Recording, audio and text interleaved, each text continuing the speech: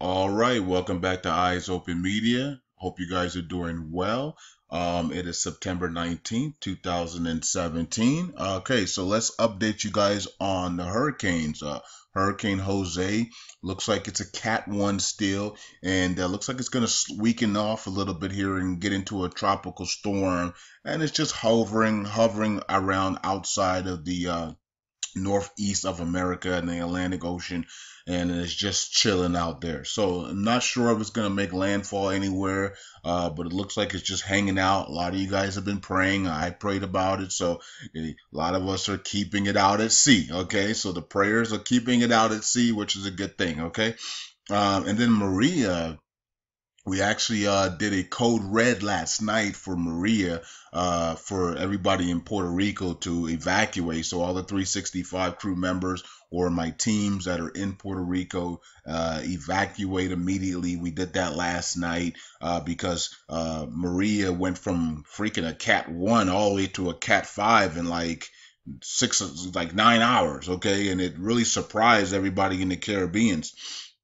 So a lot of people got stuck, especially in Dominique Islands and other places. So that feels sad for them because what I was seeing on online was just horrific.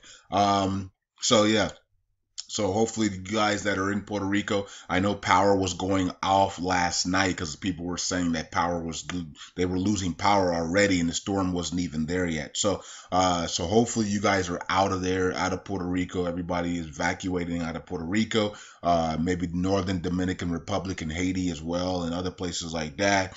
Just get out of the way. It's a Cat 5 hurricane, a superstorm. So that is the one. You remember we said that when my friend told me that the Lord said that there was going to be another major one before it's all over, and it's going to be like a Rita. Remember that? So here it is. Okay, so this is a superstorm Cat 5. Maria, we don't know if it's going to make landfall in America in a few days or not, or it could just turn up and just go into the Atlantic and just chill. Okay, so we don't know yet, but right now it's hitting the Caribbeans, and Puerto Rico's up next, so we just need the people to get out of there and escape and evacuate Puerto Rico. Okay, so that's the latest on that. Now let's talk about a body before we get there. My body was supposed to go to New York. He did not go to New York.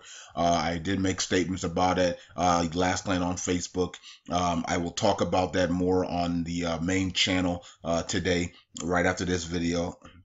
And yes, so he stayed behind, and he's supposed to have meetings with the Kurdistan region today, and we expect the body, because he stayed behind, we expect the body to open the files to the Kurdistan region and show, and also the Iraqi parliament and whoever's in that meeting, and show them everything that's about to be activated for international standards. Okay, and because that's what he was going to talk about in New York. And I feel like the reason why he stayed was to make sure that he shows the Kurdistan region and everybody all the international things that are about to take place and about to be activated. And then he goes to New York and at the United Nations General Assembly, and he makes his speech on Thursday. I think he's scheduled to speak on Thursday, so he'll make his speech on Thursday, and his speech will be what he shows with the Kurdistan region and the Iraqi government as he opens up Iraq to the international world. Okay, so he's going to talk about all the things before, but he's also going to talk about a international Iraq. Okay, and activations of all of the things. And this, hopefully Alok's paying attention, because we expect Alok to also, once a body makes that move to internationalism, to announcing that to the world, then Alok needs to be ready to make his move, right, at the CBI. Okay, so you guys are now caught up on the hurricane and what a body's doing. Okay, so let's get into what we're here for. So parliamentary economy, the 2018 budget will include the implementation of World Bank conditions. Okay, now we've heard something like this before. I think I'm not sure it was a 2017 budget or 2016 budget, where they said that they were going to implement the World Bank and IMF conditions, and nothing still didn't happen, right? We're still sitting here about to have the 2018 budget presented to us, and none of these budgets are opened, right? So they're not open here. They're passing these budgets. We're talking about the budgets, but they're not opening up the budgets.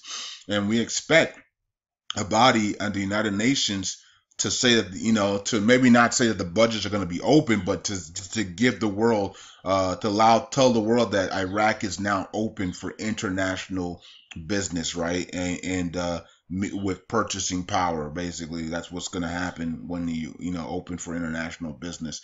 He's going to be telling the world this, okay? So that's what we expect at the United Nations. But before that, he's going to show the Kurds everything they're about to implement, including, of course, Article 140, the oil and gas law, and all the other things that are going to happen.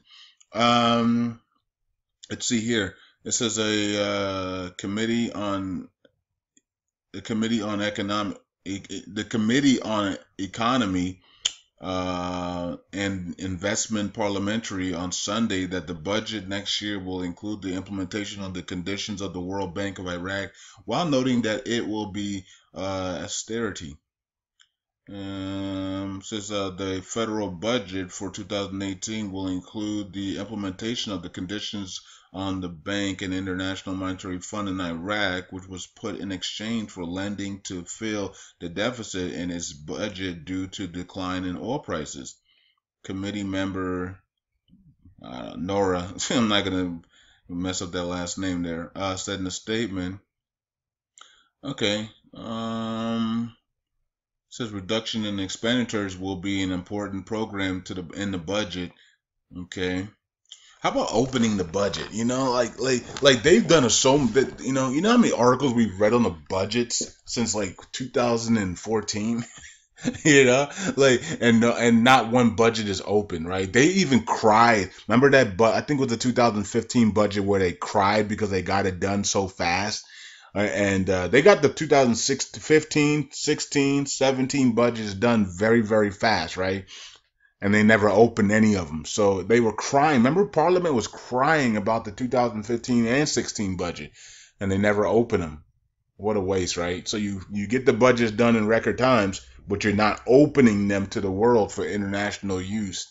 So it's kind of like it's kind of sad. It says the World Bank has set conditions for Iraq in 2015 and 2016 in return for lending and meet the deficit of its financial budget, and among the conditions to reduce the grades to find alternative financial resources from oil and reduce costs of operations of state-owned enterprises. Okay, so number one, we know that the three presidencies salaries will decrease in the 2018 budget, including Parliament's salaries will also decrease as well. And then you can see here that the World Bank has been setting conditions since 2015, so this is nothing new. Okay, so they've been doing this in 2015, and they still have not opened their budget. Okay, so we want to see Iraq open their budget. We don't know when that's gonna be. I don't know. We just gotta wait and see it. Now, Body made a whole bunch of tweets this morning, so we're going to read these tweets and see what he's talking about here. Says Body received the Turkish president today. Okay, so he did receive it. Oh yeah, and I thought, okay, so he received them today, but I thought he had a phone call with the Turkish president yesterday. So okay, so he received the Turkish president. So I'm not sure that means that the Turkish president came to town or what. It says Anbar's West region and edits is set off at dawn to cleanse each spot of wicked aggressors' abomination. Okay, so he's saying that at dawn, which is already over now for Iraq, that they were going to start the launch in Western Anbar. Now, I'm not sure where Hawaji is. I think Hawaji is in Western Anbar, Kirkuk area? I'm guessing. I don't know. I have no clue. But they're doing operations in Western Anbar. It says operations to liberate Western Anbar began near Anna at dawn today. We will retake every last bit of Iraqi territory from the enemy. Iraq is already liberated, ladies and gentlemen. Please don't be fooled by this stuff. Iraq's already liberated, guys and girls. You think they waited 2 years to liberate Western Anbar? Iraq's already liberated, guys. They want to put it out publicly that they're going into Western Anbar two and a half years later. Then okay, you know. That's embarrassing.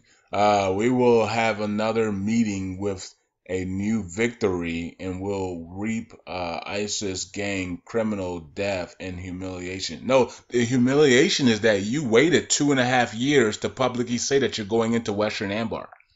That's embarrassing. That's humiliation. So you allowed the terrorists to sit up there and eat and dance and kill and terrorize for 2.5 years before you decided to do something? Wow. That's crazy. Screwed by fighters of all kinds, therein acts the Almighty Creator provides reasons for the strength and determination to complete career victory under the banner of Iraq One. Okay, so that's Abadi's tweets. Prime Minister Abadi from Iraq. Yeah, waiting 2.5 years to go into Western Anbar to liberate it. I mean, what a joke. Anyways, I don't believe anything this guy says, so it doesn't really matter to me. I believe that Iraq is already freed of terrorism in Iraq, and the only two places that are left is Western Anbar, which is that Kirkuk, I guess is that Kirkuk, Western Anbar area, which is Hawaja, and then you also have Qaim that they have not even talked about. In a long time because there's nothing to talk about. It's already completed, and I guess after Hawaji they were like, okay, now it's time to go into Qaim. So okay, so they haven't publicly liberated Qaim. Okay, so that hasn't been liberated yet. So I don't know. So we'll see. It's kind of weird how they go quiet, from an area that they were just 6 months ago talking about that it was so important to them. Qaim was everywhere about 6 months ago, how important that place was going to be. We haven't heard a peep from Qaim in the last 2 months, right? Maybe even 3 months. Okay, so let's finish it off here with some cryptos, and then I'll be back. I'll go on the main channel and we'll read all the articles, and then I'll also be on Facebook checking out what you guys had to say and your comments and your articles and stuff like that. Okay, so let's finish it off here with the cryptos. Let me reload this. See what's going on. Looks like a lot of things are going red. Bitcoin's at 39.74, hanging in there. It's got to break that 4,000 and close above it and make that new support. Once it does that, then we're going back to 5,000 for Bitcoin. I think Bitcoin needs to relax though. Just relax. Let the RSI, MACD lines and everything like that just relax for a little bit, and then consolidate here at these prices, and then move on up. Ethereum looks like it's falling here. 285 today. It's got to break that 300 mark. Not sure when it's gonna break that 300 mark. But when it does, it'll be good.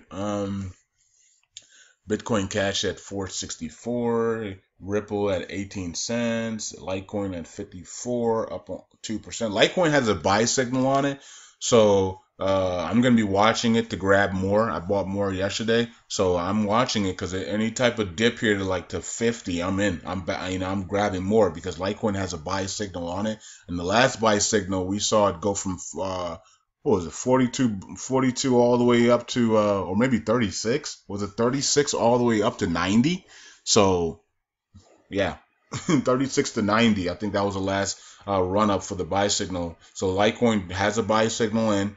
And this run could be basically almost the same thing, but it could probably go to 100 this time, maybe 100, 120, 120, 100, 115, 120, 20 something, okay, on this next run. But of course, these things take time. Everything doesn't just go straight up like Vertasium. You know what I mean?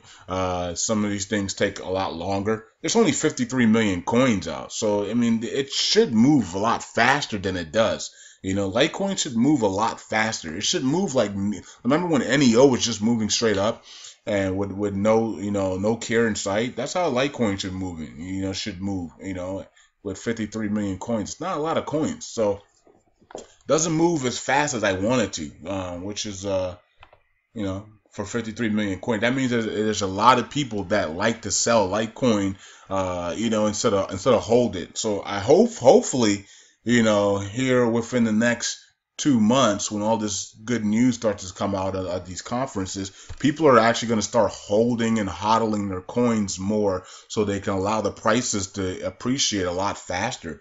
Because there's no reason why, if you're in Litecoin, you should be like, okay, if I'm in Litecoin, I know that the future is great and I know the price is going to go 10 times its value. I'm not selling, right? So and that's how you should be for all these coins, right? But there's a lot of people in these coins that hold these coins that are just, and it's also the bots, right? The bots are also hurting these coins as well, because the bots are constantly buying and selling, buying and selling, buying and selling. So maybe it's not people, because a lot of us are hodling these coins. It's the bots that are in these coins. They're buying and selling, buying all the time. And sometimes the bots can help the prices, and sometimes the bots can hurt the prices. Dash is at 320, 322. Monero's at under 100. Ethereum Classic takes back that 10th spot from Misogo. Misogo actually drops 2 spots here, even though because it dropped 8% here. It's at 1025, still holding above that $10 mark. At some point, that $10 mark is going to, the bulls are going to realize that $10 mark is now support, and they're going to send it up to 15, $20. I think I wanted to see $15 this week, so I'm looking for the next buy signal. Actually, the buy signal should have been in already. So Misogo should have a buy signal, and I'm not sure why it's down this much. 8% is not that big of a deal though, but yeah, Misogo, I thought I had a buy. I thought they did have a buy signal. I'll do a chart reading video today for you guys on the main channel. We'll check this out and make sure that I thought Misogo had a buy signal. And okay, NEO's at 21. Lisk is down. Arc is down. I do like a Misogo for $15 this week, so let's see what happens on that. Golem is down. 10x is down 11%. Vertasium back down to 93. If I see Vertasium at $63 again, I'm in. Unless I can't buy it, because some of these places you can't even buy Vertasium. So if I can, I don't think you can buy it on BitShares or Kraken or anything. I don't know where you can buy Vertasium. Maybe Ether Delta or something like that. So let me see here. Factum coin is down a little bit. Psycoin's up 4%. Digibyte down a little bit, okay, after that nice spike yesterday. So it's got to get over. Like I said, Digibyte's got to get over 2 cents for the party to begin. Until then, it is what it is. Anything else here? Let's look at the ones that I'm keeping an eye on. I'm keeping an eye on OK Cash and Cloak Coin, because I want to get an entry point here, and I think I haven't gotten an entry point into Cloak. As you can see, it's down 809. I'm thinking, is that an entry point? It actually went lower right here. I don't know what that price is. It's like maybe 750, and that's when I should have got in, at 750. But it might go even lower. So I'm watching it here. It's down 16%. It's retracing itself. Maybe it comes back to $5 to $6 maybe before it makes the next run. I don't know. Okay, I don't know where it's gonna go. Maybe today was the last day to get some, and then it's gonna continue back up. We don't know. Okay, I'm gonna look at the charts today and see if it's still oversold. Because if it's still oversold, then it's gonna come down more. But if it's over. Not oversold, but overbought, excuse me. But if it's coming down to the oversold territory, I might grab some Cloak today. We'll see. And then also OK Cash is at 48. We're looking for 41 cents for OK Cash. I'm not sure if it hit that there. I think it hit 45 here. So yeah, looking for about 41, 42 cents OK Cash, and then I'll probably grab some there, and then take it back up. Okay, so that is about it. Talk to you guys later. Hope you guys are doing well. Hit the like button, subscribe, and share. And I'll be back on the main channel to do the other Iraq news. And we'll look at the articles and we'll look at all you guys had to say on Facebook. Peace out, everybody. Eyes open. Bye.